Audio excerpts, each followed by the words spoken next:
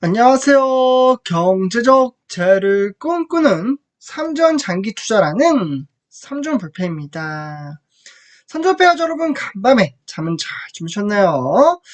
오늘은 2023년 6월 10일 바로 주말 토요일 아침 하루가 시작되었습니다.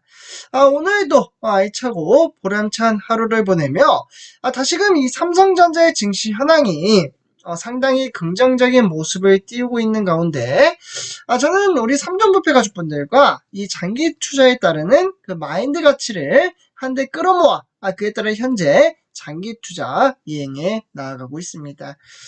그렇습니다. 우리 삼전부패 가족분들 정말 매일같이 듣는 단어이기도 하죠. 제가 투자 방식에 따라 이 장기 투자란 사실 정말 별거 없습니다. 사실 뭐 어렵게 생각하면 정말 한없이 어렵게 느껴지겠지만 이 또한 결국 시간이 지나면 바로 미래성이죠. 제 경험상 이 미래성 가치가 높은 회사라면 주가라는 것은 반드시 반등장을 불러일으킬 수 있기에 저는 그 어떠한 정말 어려운 주식시장이 찾아온다고 한들 정말 흔들리지 않는 그 마인드 가치에 따라 그 영향력을 고스란히 우리 삼중부패 가족분들과 차근차근 현재 단계별로 나아감에 따라 충분히 성공적인 주식 투자의 길로 접어들 수 있다라고 말씀을 드릴 수가 있겠습니다. 그렇기 때문에 저는 우리 삼중부패 가족분들에게 말씀을 드리고 싶은 부분은 너무 조급하게 생각할 필요가 없다라는 말씀을 드릴 수가 있겠고 어차피 이 주가라는 것은 항상 말씀을 드립니다. 무슨 시장?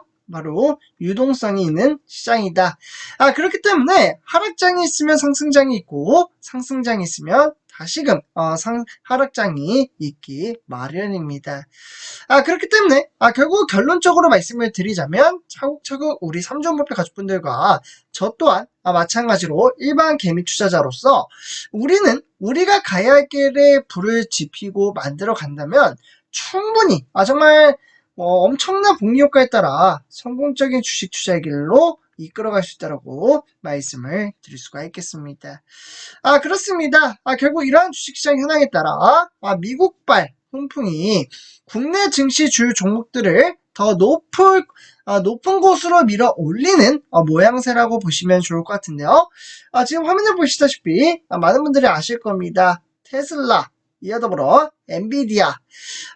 어떻게 보면 인공지능 열풍에 급등을 함으로써 미국 반도체 기업인 이 엔비디아 주가가 고스란히 어디에 영향을 주었나요? 바로 이렇게 해서 삼성전자에게 영향을 가져다 주었습니다. 사실 삼성전자뿐만 아니죠. 바로 SK하이닉스 또한 상당히 긍정적인 장세를 이끌어갔다고 볼 수가 있겠고 결론적으로 보시면 국내 주요 반도체주의 주가 상승세에 탄력을 붙이더니 그에 따라 글로벌 1위 바로 전기차 기업인 테슬라 주가가 연중 최고치를 연일 갱신하면서 조정 국면에서는 이 2차전지 관련주의 반등을 끌어올리고 있다고 보시면 좋을 것 같습니다.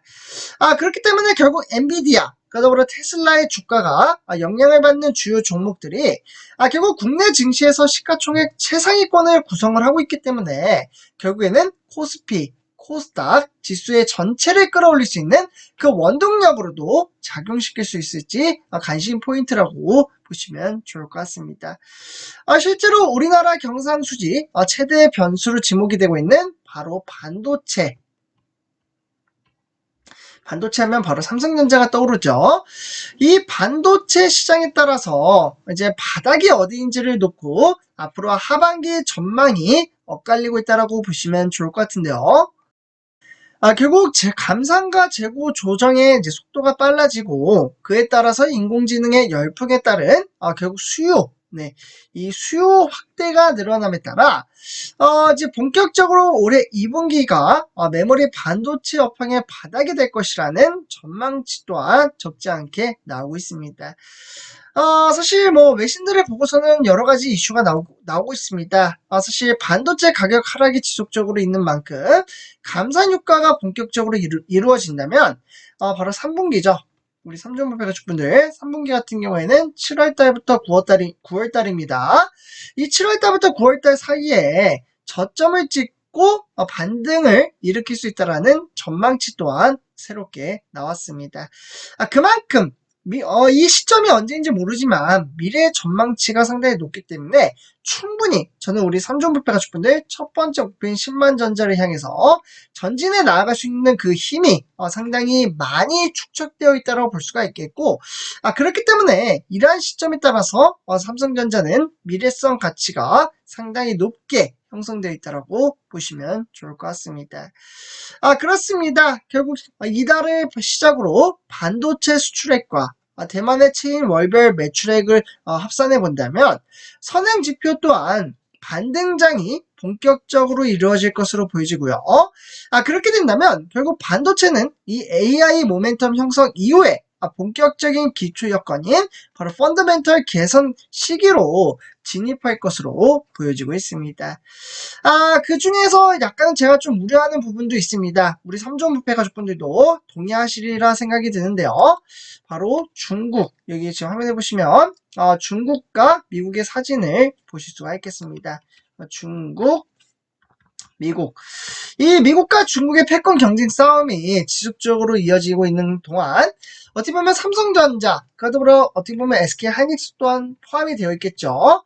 이 삼성전자, SK하이닉스에 타격을 줄 수는 있지만 지금 이제 보고서에 따르면 제가 확인을 해봤습니다.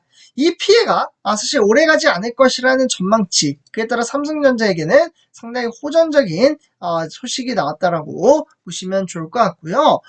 미국이 이 첨단 반도체 칩 장비에 대한 중국의 접근을 차단하려는 그러한 이제 증시 현황에 따라 삼성전자와 SK하이닉스 또한 리스크에 직면해 있다라고 보시면 좋을 것 같습니다. 결국 이 두 업체, 중국의 주요 생산 거점을 두고 있고, 그에 따라서 앞으로 미래성 가치에 따라 기술과 업그레이드 시킬 수 있는 장소가 될 수 있는 가능성이 여전히 본격적으로 이루어질 것으로 보여지고요.